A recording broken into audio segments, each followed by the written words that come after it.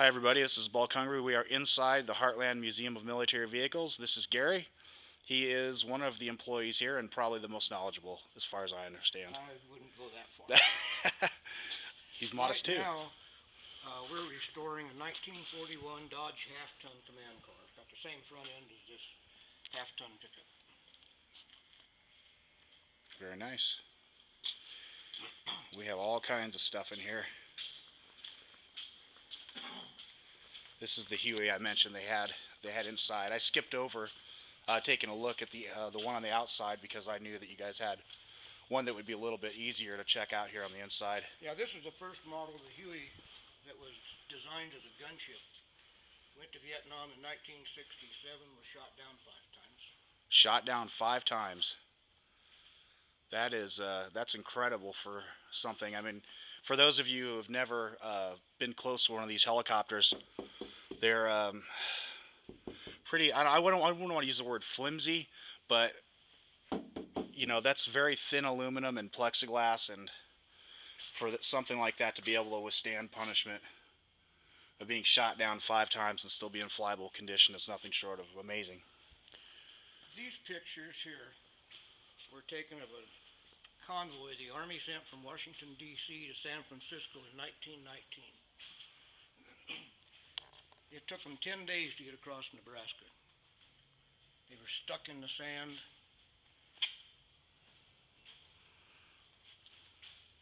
And over here is a picture of Eisenhower. He was on that convoy, and that's when he got his first ideas about an interstate highway system.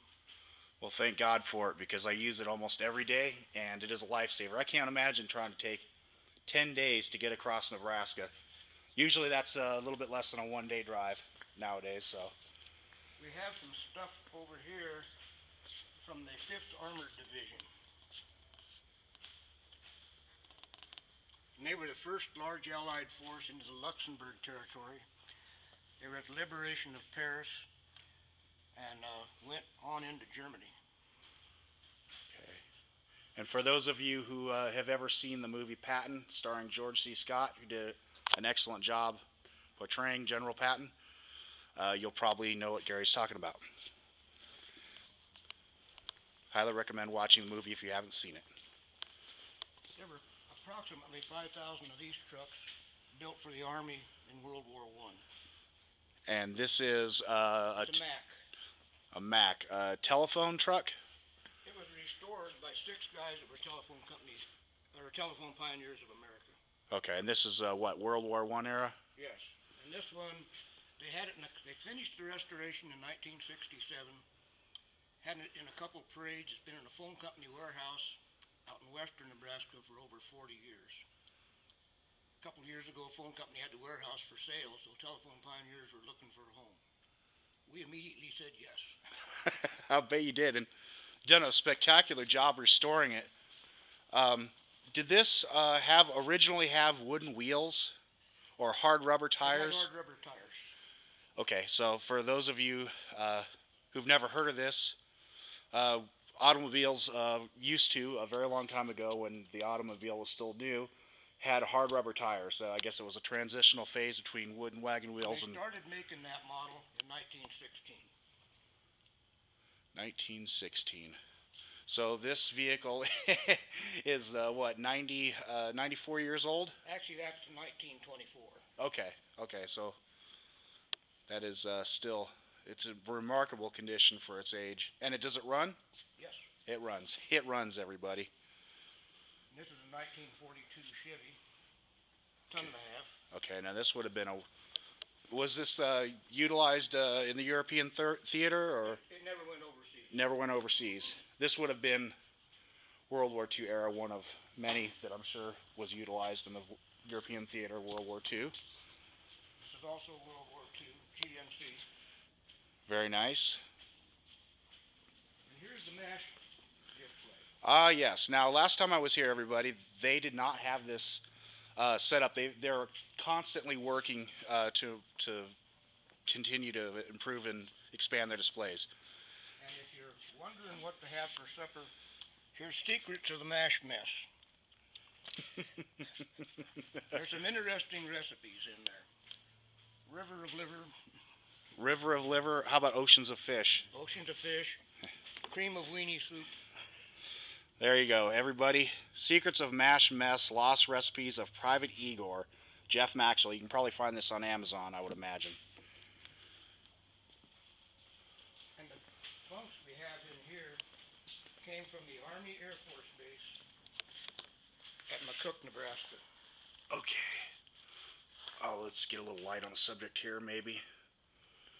This is, keep in mind, this is still all under development. So I'm sure there's much more to come. And it looks very, very interesting. I like this.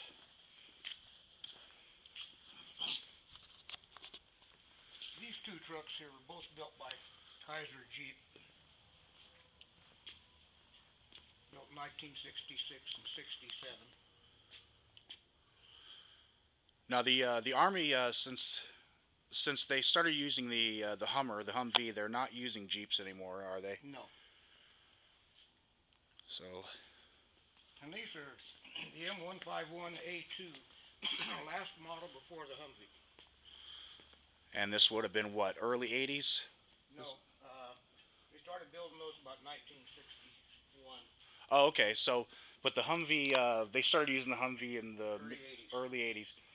So by the time the Humvees replaced these Jeeps, I guess that would make these 20 or 30 years old, a lot of them, which were probably in pretty bad shape because they get hard use in the military, I'm sure.